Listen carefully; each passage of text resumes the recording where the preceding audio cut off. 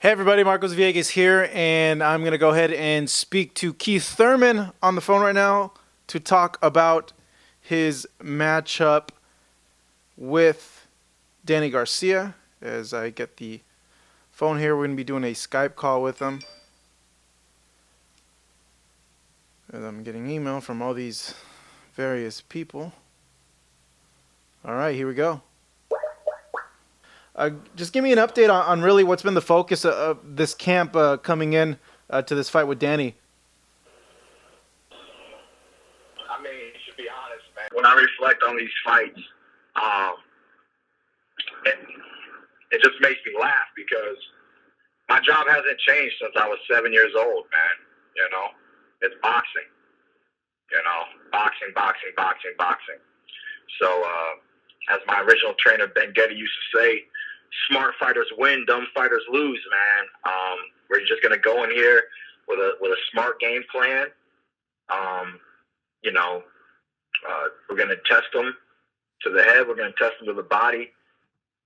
We're gonna challenge him in certain ways and see how he takes it. You know, we're gonna figure out his speed. We're gonna figure out his power real quick, and then we're gonna do what needs to be done to get that W, man, and stay undefeated and bring home 2 titles. Looking at Danny Garcia, is there anything that he brings to the table that has you concerned, or is there something that you haven't seen as a pro yet that he brings? Definitely not, man. I mean, I've been doing this sport for 21 years. There's nothing that somebody can really bring to the table that I haven't seen before. The only thing that they can bring to the table is something that I'm not good at managing. You know, that's maybe the only thing. You know, that's the obstacle of every fight. You know, styles makes fights. But you know, Danny, for the most part, he's pretty basic, man. I mean, this is just going to be it's just going to be a fight. It's going to be a boxing match. He's well grounded, flat footed. You know, he likes to trade. He loves his big punches, his overhand rights, his left hooks. You know, when he throws his power punchers, he's very committal to it, and that's definitely a strength of his. But you know, the sport just doesn't change, man. I mean, basketball is basketball. You know, I mean, I'm just dealing with one athlete, who is Garcia, and he's dealing with me. And that's the way that I really look at every single fight is that, you know, yes, I have to deal with them, but they have to deal with me. And I'm very smart in the ring. I make adjustments, and I do what I need to do to win at the end of the day. And most of the time in there, when we're trading, I normally find a way to hurt my opponent, regardless of if the fight goes 12 rounds or not. Most people who have faced Keith Thurman have definitely felt my power and have given me respect after my bouts. So, you know, I'm definitely looking forward to making Danny Garcia respect me as well. How do you envision Danny fighting this fight? Do you see him being very conservative with his punches, being very, very careful and trying to walk you down, or do you see him as being someone who's going to go ahead and try to counterpunch the whole night with you? I definitely see him being patient. He's the type of fighter that likes to time people. So I do see him wanting to land some big counters. But he's a very patient fighter in nature. You know, I don't see him changing many of his habits for this one fight. It would be a surprise to me to see him step out of his shell and do something a little bit unorthodox as far as for himself and his fight style, because he fights very poised. You know, he fights very calm, relaxed, cool, and collective. But in that, while he's cool and collective, he is looking to land big punches. So we'll see, you know, and then we'll also see how he responds once after he takes some of my punches. I know he's got a lot of confidence coming into this fight, but I know for a fact that I am the hardest puncher that he's ever faced. especially because he's never faced a real welterweight, somebody who is truly bigger than him, always has been, and always will be. So, for me, I believe that he will be confronted with some challenges that he's never seen before the day of the fight. Now, let me ask you this. Is it plausible, or is there any way in your mind you feel that this fight could end up being a really, really close fight that could go to a split decision based on the amount of punches thrown in the fight? No. Honestly, it has to do with how I fight and how he fights. When I was competing against Sean Porter, I knew the rounds were close. I knew these were close rounds. And then when I really wanted to win a round, I made sure that I won that round. I made sure I set myself apart from him. One thing that people don't really take into consideration is how much I truly understand boxing. And when I mean what I truly understand boxing, I'm not just talking about being up on your toes, being flat-footed, throwing punches. I'm talking about how a boxing match is scored, okay? If you really understand boxing, you know what the judges are looking for. And if you don't want it to be a close fight, it's up to you to convince the judges and to set yourself apart within that 3-minute interval. Doesn't matter which round it is, the third round, the fourth round, the first round, the second round, the 10th round, the 12th round. Every round is a round unto itself. How many punches do I throw? How many punches has my opponent thrown? How many punches have I landed? How many punches is my opponent landing? And I ask these questions to myself halfway into the round. That way I know, are you winning this round so far? Or do you have work to do so that you can steal this round back into your favor before that 3-minute, bell clicks and these judges mark it off into the books? Because when it's marked off, it's marked off. You can't take it back. You can only move forward. So, I'm always fully mentally prepared to do what it takes to get that victory, man. And I will fight. I will fight. My butt off just to win the round if necessary. And then if I believe that it's unnecessary to win the round, you can have the round. You can have more than one round, but you're not allowed to walk away with the fight. So it's interesting the way that I look at this fight game that we're in. Looking back at the press conference that you guys had in Brooklyn, and now that it's been a few weeks removed, what'd you make of everything that happened, and especially with how Angel popped off on you and with the remarks that he said?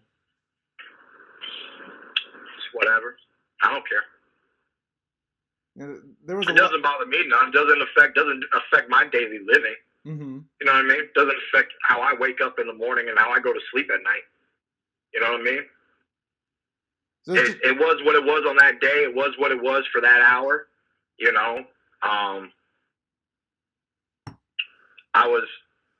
I almost got outside of myself, but I recollected myself, and I handled business, man. It's not what I would want out of a press conference.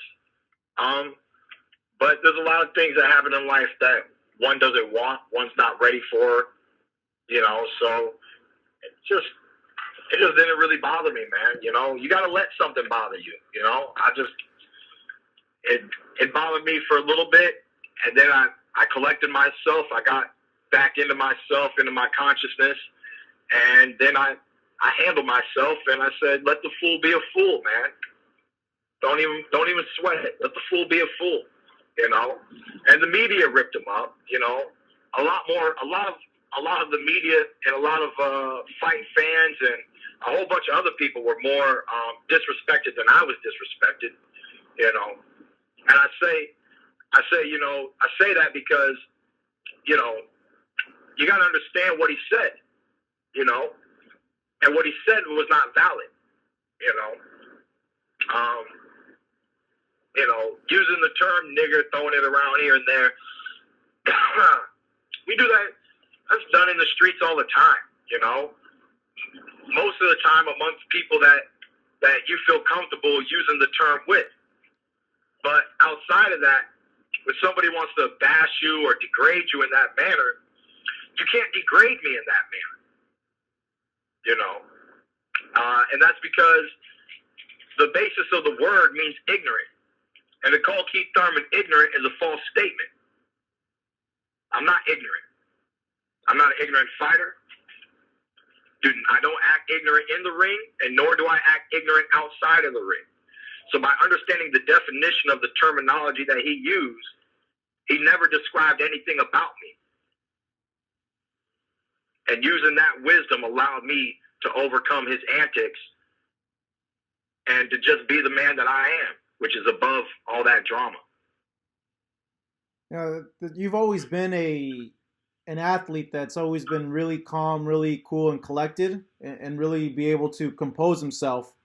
As we get closer to the fight, and even during the fight week, are you expecting more of that to come from his dad, the mind games, and trying to get it, I guess, something in you riled up to kind of get you not as focused on the fight?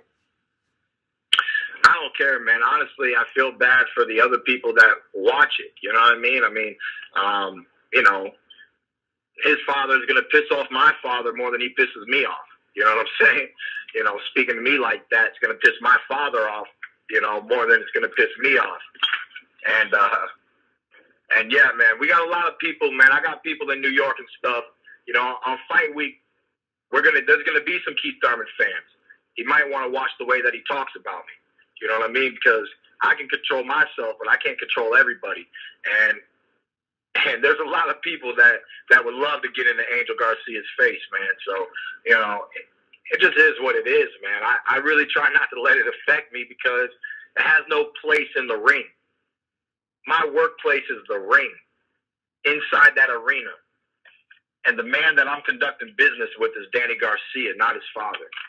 So, like I said, man, I mean, I just don't let it touch me, man. It has nothing to do with me. He's entitled to his own opinion. He's a free man. He has freedom of speech. He's entitled to any opinion, any mumbo jumbo that wants to come out of his mouth. But it's not valid. It's not valid. It holds no weight, no bearing upon my life and my daily living and how I sleep at night. It's not going to affect how I fight. So he can do him, and I'm going to do me, man.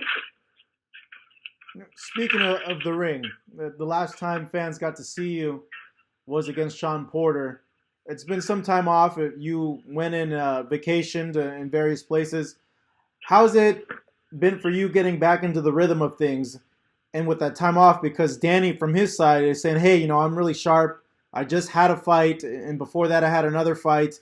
Keith's only had a fight one time in a year. I'm really sharp at this point. He needs to be, man. He needs to be sharp, you know? I mean, honestly, man, I just got a level of confidence that I just don't feel like anybody can touch me. I don't care what anybody thinks, you know? But I know how to conduct myself in that ring. I know how to conduct myself for 12 rounds. You know, I just know how to conduct myself. I know how to protect myself. And I know how to fight. You know, boxing isn't new. I didn't get these skills yesterday. These skills are accumulation of hard work and dedication. I'm a great athlete. You know, so getting back into the camp, man, you know, it started off a little rusty, man, but we feel great. You know, I got my aunt in town working with me as my strength and conditioning coach. You know, I've been putting in all of my two-a-days properly, man, and we feel confident for this fight. I mean, we felt confident in making this fight. This is the fight that I asked for. I asked for this fight last year. They wanted the tune-up. I waited. I don't want to take a tune-up. I don't want to take nothing in between. I don't want to have no injuries in between, you know, because stuff happens in the sport. Always has happened, always will happen. Things happen. I want this fight to happen. This fight is manifesting. this fight is right around the corner. It's going to be a tremendous fight. Now, it's certainly a fight that a lot of fans are looking forward to. They have been waiting for a very, very long time. You're in a division right now that has a lot of great talent. You got Spence out there. You got Kell Brook. But many are saying, and they feel that the winner of this fight should rightfully get the number one spot in welterweight division. Would you agree with that, or do you feel that a fight with Spence and Brook would finally settle all those questions? Yeah, none of that stuff matters. You know, at the end of the day, whoever wins this fight does deserve the spotlight, aka the ranking. They do. You know what I mean? It doesn't matter. You know, it doesn't matter if there's somebody out there in the world that can beat Keith Thurman and Danny Garcia. That's not what matters. What matters is what is the accomplishments from creating this unification bout. You know, with Danny's resume and him coming up from 140 into 147, his wins over Paulie Malignaggi and Robert Guerrero, and then if he was to get the victory over me, he deserves it. You know, if I beat Danny Garcia and I hold 2 world titles, I deserve it. You know, there's so much talent that they will forever argue until the best keep fighting the best, and truly the number one guy is presented by standing on top of the mountain, being the king of the hill. You know, that's when you'll know who the number one fighter in the welterweight division is. But till then, I do believe that the winner of Thurman Garcia deserves the ranking, deserves the respect, and deserves the recognition. Whether or not, you know, how long we hold that position for, that's up to us, you know. But that's what the fight game's all about, man. So I understand what you're talking about with the question and everything, but I do believe that that the whole purpose of this unification bout is to create somebody that we can start to say, you know, he at any point, you know, at the end of the day, the winner of Thurman Garcia is the man to beat. So I do believe that we deserve the recognition after this bout. Now, let me ask you this. If you were to unify, what would that mean to you on a personal level to be unified welterweight champion of the world?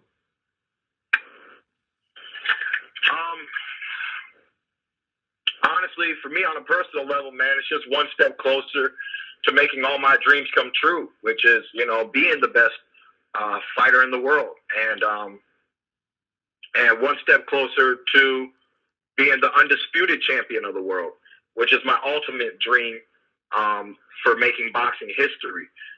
For me, on a personal level, competing is not just about rankings. It's not just about the world titles, but it's about admiring a sport that I've loved ever since I was a child and making my mark in history, like Sugar Ray Leonard, Roberto Duran, Oscar De La Hoya, Mike Tyson, Muhammad Ali. You know what I mean? It's all about making your mark, man. It's all about doing the best you can do, supplying entertainment for the fight fans, and at the end of the day, when you retire, you'll be remembered. You know, that's my ultimate goal in the sport of boxing, is to have a tremendous career, one that's respected and one that will be forever remembered. I know we always throw around hypotheticals to fighters, and sometimes fighters are like, man, why are you asking me that question? I'm just solely focused on this fight. But based on that, you know, if you achieve this goal, have you achieved all the goals that you have wanted to achieve at 47? And would it make sense then to move to 54 if you are to win this fight? No. So what goals would be left then after, if you are able to beat Danny? I just said it. Undisputed? You can't be undisputed with 2 titles. So that would mean then the Spence-Brook fight, if that happens, even though they're saying that Brook may face Miguel Cotto. Okay. But yeah. It's all about being undisputed, man. It's all about being the best in the world, you know. And I love 147. I love the history attached to it, and like I said, man, I want to make a historical mark. And I want to make my historical mark truly at 147, not 154.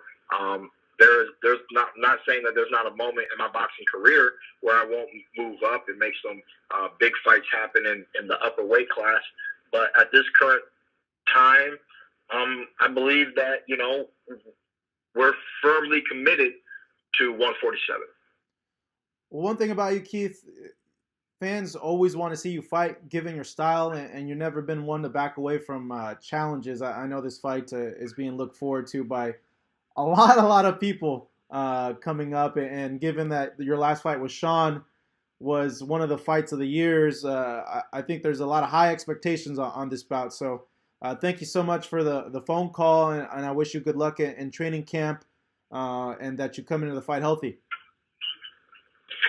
Thank you, my man. I appreciate your love and support. All right, thanks, Keith. Really appreciate it, and have a good rest of your day, man, and we'll see you fight week. Sounds good, my man. You too. Take care.